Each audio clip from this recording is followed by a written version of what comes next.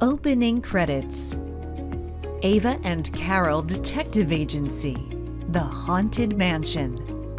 Written by Thomas Lockhaven, with Emily Chase. Edited by Dave Aretha. Narrated by Amy Johnson. Chapter 8. Can you dig it? "Where exactly are we going?" asked Ava as they trudged through the snow.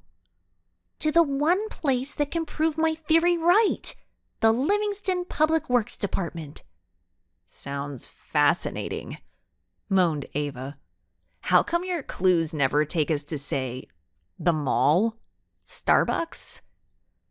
The Public Works Department was located on Bell Street, about a quarter of a mile from the center of town. The streets were filled with laughing and chattering holiday shoppers and tourists, colorful bags swinging from their arms. The trio paused in front of Key's Jewelers. Ava's heart felt a sudden pang of sadness. Inside, she could see sparsely filled display cases, and there was Tracy Morris inside, sipping her coffee, looking utterly lost. Ava turned toward her friends. She could tell by their somber expressions that Derek and Carol saw Tracy too. In a time when Livingston was usually filled with holiday cheer and excitement, an evil menace seemed determined to ruin Christmas for everyone. "We're gonna catch whoever did this," said Ava. She pulled her hand from her glove and touched the window, feeling the cold glass. In her heart of hearts, she knew that they were going to make this right. "Okay," said Carol. "We need to get moving. I'm not sure how late Public Works is open today." Per Derek's suggestion, the trio made one more quick stop. They grabbed 3 steaming hot decaf mochas and then continued their journey. "This is perfect sledding snow," said Derek as they crossed the railroad tracks. "Yeah," said Carol, agreeing distractedly. Right now, sledding was the last thing she was interested in. "Where is this place?" groaned Ava. "I can no longer feel my face." "Right there," said Derek, pointing. "It's the only brick building. Well, besides the post office and the dentist office. Oh, and that new lawyer's office. Never mind. It's that brick building with the dark green shutters." A man with a scruffy beard wearing a Livingston Tigers football jersey was shoveling the sidewalk leading up to the Public Works building. He stepped aside and leaned on his shovel, giving the trio a curious stare as they passed by. "Careful on those steps," he called out in a thick Bostonian accent. "They're wicked slippery." "Thank you," Derek yelled back. The man wasn't kidding. Even though the steps were covered in rock salt, the steps were still treacherous. "If I fall to my death," began Ava as they ascended the stairs, "you can have my shoes."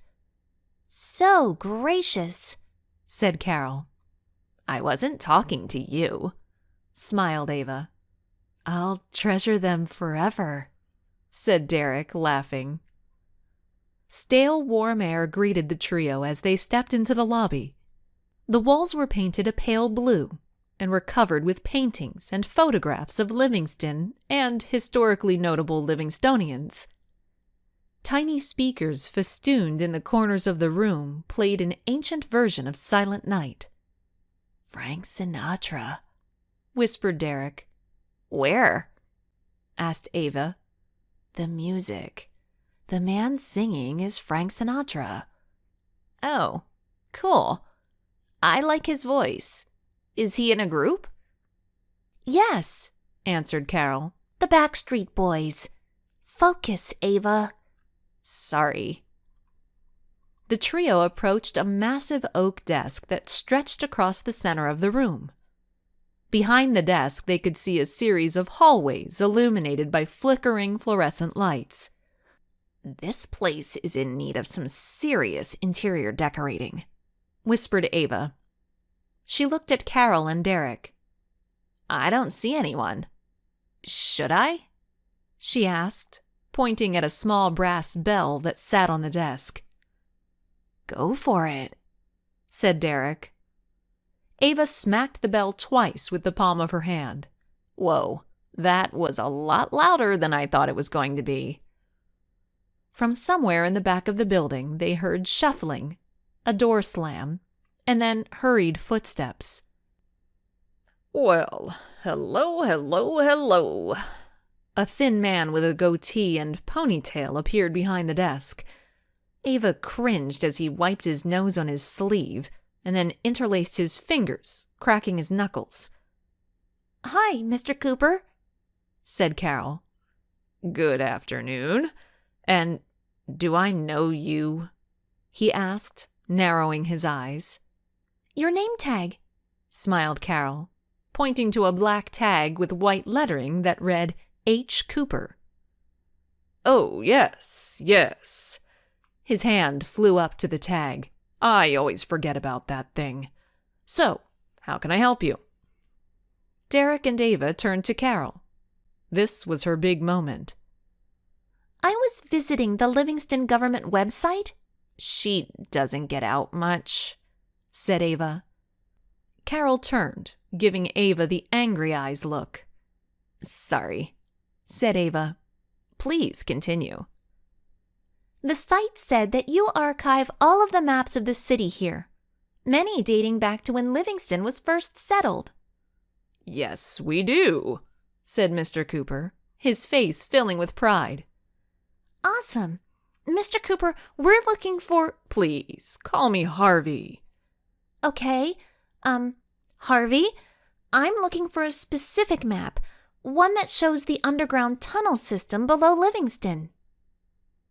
Ava noticed Harvey grip the edge of his desk a little tighter. Carol pulled her phone from her coat, and after a series of swipes, she turned the screen to Harvey. The website said that this map is here, the one that shows the entire tunnel system. Do you have it? Why are you interested in the tunnel system? Most of it collapsed and was filled in nearly 100 years ago. Carol was caught off guard by Harvey's reaction. We're working on a historical painting of Livingston for our history class, said Derek, jumping in. We're painting a panoramic of the city from the 1800s, the 1900s, and present time. We just wanted an accurate representation and thought showing the tunnels would be a cool addition. Most of my classmates have no idea that they even exist, offered Ava. Yes, I suppose most people don't, Harvey replied. Give me just a second. Whoa, said Carol softly as Harvey disappeared down the hallway. Good job. Captain of the debate team, smiled Derek. Gotta be quick on my feet. I've got really quick feet, said Ava. They just don't connect to my brain like yours. Here we go, said Harvey as he carefully laid out an aerial picture of the entire city. The picture was about 4 feet wide and 2 feet tall. It was composed of what looked like a series of individual photos that had been stitched together. I'm confused, said Carol, studying the photo. Where are the tunnels? Oh, right here, said Harvey, pointing at the map. These dark gray lines underneath the buildings represent the tunnel system. See, here's the old church, and right here is the town hall. This is Main Street, he said, tracing his finger along the map. That's Main Street? Asked Ava. Yes, there's the Main Street Diner. See how the tunnel system went right under the Baptist church? They used the tunnel to smuggle food and supplies. And you're sure this is accurate? Asked Carol. Oh, yes, this is the official government map for Livingston.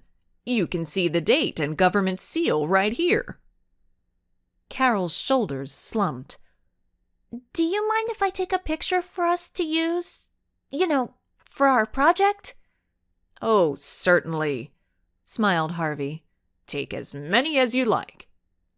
Thanks, mumbled Carol as she zoomed in on the map and took several photos. Well, said Harvey, folding his hands together, I'm about to close up shop. Anything else I can help you with? No, sir, said Carol. Harvey. Just call me Harvey. Sir makes me feel old. Thank you, Harvey, said Carol. You've been a big help. You're welcome, he smiled. Merry Christmas. Merry Christmas, said the group as they walked to the door. So, said Derek, as they paused on the top of the steps. You thought the bad guys used the tunnel system? Yeah, sighed Carol, clearly upset. I thought I'd figured it out. It would have made sense, said Ava.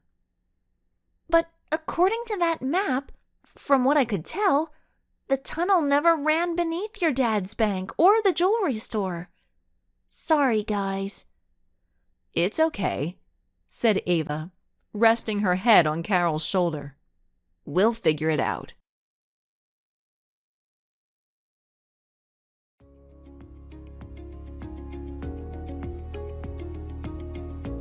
If you're enjoying Thomas Lockhaven's audiobook content, please like and subscribe.